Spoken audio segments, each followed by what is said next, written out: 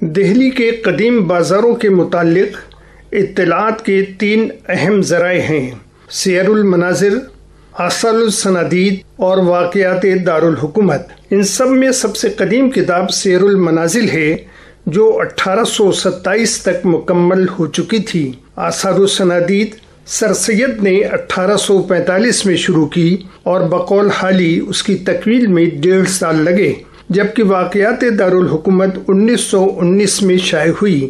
قدامت کے اس فرق کے علاوہ بازاروں، صنعتوں، پیشہ وروں، دکانداروں کے سلسلے میں سب سے زیادہ تفصیلات ہمیں سیر المنازل میں اور اس کے بعد واقعات دارالحکومت میں ملتی ہیں۔ لیکن اس سلسلے میں دلچسپ بات یہ ہے کہ باوجود کہ قدیم بازار جن کا ذکر سیر المناظر میں کیا گیا ہے آج بھی اسی نام سے موجود ہیں، مگر ان بازاروں میں اب وہ سامان آسانی سے نہیں ملتا جن کا ذکر اس کتاب میں ہے۔ لیکن بعض بازاروں میں اسی قسم کی دکانیں آج بھی قائم ہیں جن کا ذکر سنگین بیگ نے اپنی کتاب میں کیا ہے۔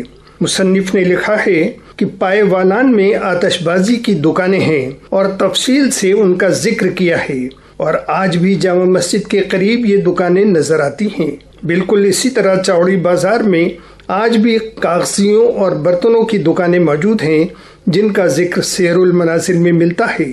تاریخ کی کتب میں ہمیں بار بار مینا بازار کا ذکر ملتا ہے۔ غالباً یہ ایک مستقل بازار نہیں تھا، مگر اس کی اہمیت اس لیے تھی کہ اس میں شہزادیاں خرید کے لیے آتی تھیں۔ اس زمانے کے امراء اور سرداروں کی بیگمات بھی اس بازار میں سامان زیبائش خریدنے کے لیے آیا کرتی تھیں۔ اس کی سب سے بڑی خصوصیت یہ تھی کہ اس میں تمام دکانوں پر صرف خواتین ہی سامان فروخت کرتی تھیں۔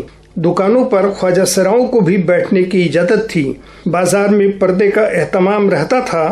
سیاح برنیر نے اپنے ایک خط میں ایسے بازار حسن کا نام دیا ہے۔ یہ بازار قلعے کے پھاٹک سے شروع ہوتا تھا اور شاہی چوک تک جاتا تھا۔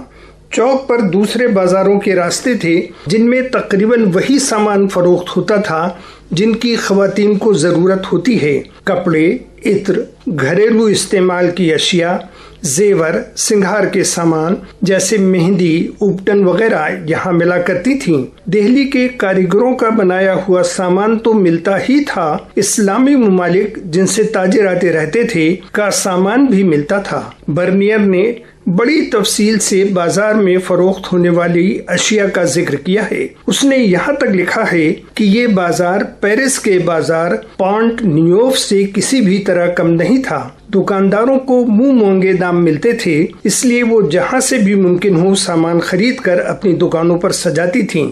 اس بازار میں خواتین کی جذباتی خواہشات کی تکمیل کے لیے وہاں رمال بھی رہتے تھے۔ یہ رمال مستقبل کا حال بتاتے تھے، مسائل کی وجوہات اور اس کے حل بھی بتاتے تھے۔ ان رمالوں کے پاس خواتین کا انبوہ رہتا تھا اور سبھی اپنے مسائل کا حل تلاش کرنے کی خواہش مند رہتی تھیں۔ 2 بڑے بازار شاہی چوک پر آ کر ختم ہوتے تھے۔ برنیر لکھتا ہے کہ سامنے دیکھو تو بازار ہی بازار نظر آتا تھا، دکانیں ہی دکانیں دکھائی پڑتی تھیں۔ ایک بازار لاہوری دروازے سے شروع ہو کر شاہی چوک پر ختم ہوتا تھا، یہی بازار آج چاندنی چوک کہلاتا ہے۔ دوسرا بازار جسے اس زمانے میں فیض بازار کہا جاتا تھا، جو آج بھی ہمارے بزرگ اسی نام سے اس کو جانتے ہیں، لیکن جسے عام آدمی دریا گنج کہتا ہے، یہاں آ کر ختم ہوتا تھا۔ عمارتوں کی ساخت اور اہتمام کے حساب سے دونوں بازاروں میں کوئی بھی فرق نہیں تھا، صرف دکانیں ہی دکانیں تھیں۔ ان دکانوں میں اس وقت دن میں کاریگر اپنا سامان تیار کرتے تھے، صنعت کار اپنا سامان بناتے تھے، مالکان یا ساہوکار لین دین کا کام کرتے تھے، اور پھر شام کو لوگ جوق در جوق ان بازاروں میں اپنی پسند کا سامان خریدنے آیا کرتے تھے۔ اپنی پسند کا کپڑا، زیور یا زیبائش کا سامان بنانے کا آرڈر بھی یہاں ملتا رہتا تھا۔ مغل حکومت ختم ہو چکی تھی، انگریزوں کا دبدبہ بڑھ رہا تھا۔ 1857 کی ناکامی نے امراء اور رؤسا جاگیرداروں اور سرداروں کو تباہی کے کنارے پر لا کر کھڑا کر دیا تھا، مگر ریاست کی بو ابھی بھی نہیں گئی تھی۔ زیبائش اور آرائش پر اس وقت بھی خصوصی توجہ دی جاتی تھی۔ خونی دروازے اور کوتوالی کے درمیان کا حصہ پھول منڈی کہلاتا تھا۔ یہاں پھول والوں کی بے شمار دکانیں قطار در قطار تھیں۔ ہر گھر میں زیبائش کے لیے پھولوں کا انتظام ہوتا تھا۔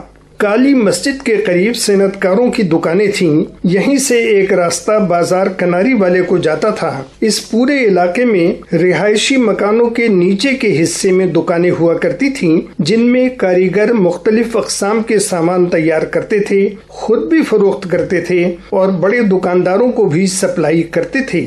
جامع مسجد اور اس کے اطراف میں آج کی طرح بازار ہی بازار تھے۔ بازار محلہ املی، بازار سیتارام، بازار اجمیری، دروازہ چوٹی گڑان وغیرہ ایسے بازار تھے جہاں ہر قسم کا ضرورت کا سامان فروخت ہوتا تھا۔ لیکن سب سے زیادہ رونق چاندنی چوک اور فتح پوری مسجد کے اطراف کے بازار میں تھی، جو اس زمانے میں فتح پوری بازار کہا جاتا تھا۔ چاندنی چوک شاہجہاں کی بیٹی جہان آرا بیگم نے 1600 عیسوی میں بنوایا تھا۔ اس وقت اس بازار کے بیچ میں علی مردان کی ایک نہر تھی جو بعد میں پاٹ دی گئی۔ نہر کے دونوں سمت اس زمانے میں شاندار سایہ دار باغ تھا، لیکن اب اس کا بھی نام و نشان نہیں ملتا۔ بالکل اسی طرح خاص بازار کا بھی اب کہیں نام کہیں پتہ نہیں ہے۔ اس بازار کو جنرل لیک نے بنوایا تھا۔ چاندنی چوک کو بادشاہ پسند بازار بھی کہا جاتا تھا، کیونکہ اس سے بادشاہ کی سواری گزرتی تھی۔ یہ بازار بھی شاہجہاں کی بیگم اکبر آبادی بیگم کا بسایا ہوا تھا۔ یہ اور اردو بازار ساتھ ہی ساتھ بنے تھے، اور شاید اس کا یہ نام اس لیے پڑا کہ اس زمانے میں شاہی افواج کا مسکن اور قیام گاہ یہاں ہوتی تھی۔ یہاں بھی نہر تھی جسے شاہجہاں نے بنوایا تھا۔ اس بازار میں عراق، خراسان اور یورپ کا سامان بھی مل جاتا تھا۔ برنیئر کہتا ہے کہ گلی گلی میں بازار ہیں جو مختلف لوگوں نے مختلف زمانوں میں بنوائے ہیں، اس لیے ان میں یکسانیت نہیں رہی، مگر ان میں بھی بڑی بڑی دکانیں ہیں۔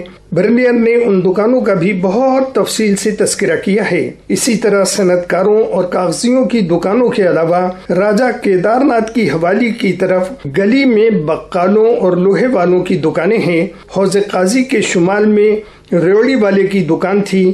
کوچے پنڈت کے مقابل چوڑی گروں کی دکانیں تھیں۔ غرض تمام پرانی دلی میں دکانوں کا ایک جال بچھا ہوا تھا۔ صرف باقاعدہ بازار نہیں تھے، گلی گلی میں کٹروں کٹروں میں بڑی بڑی دکانیں، چھوٹی چھوٹی دکانیں تھیں۔ یہی دکانیں اس پورے علاقے کے رہنے والوں کی زیست کا ذریعہ تھیں اور آج بھی ہیں۔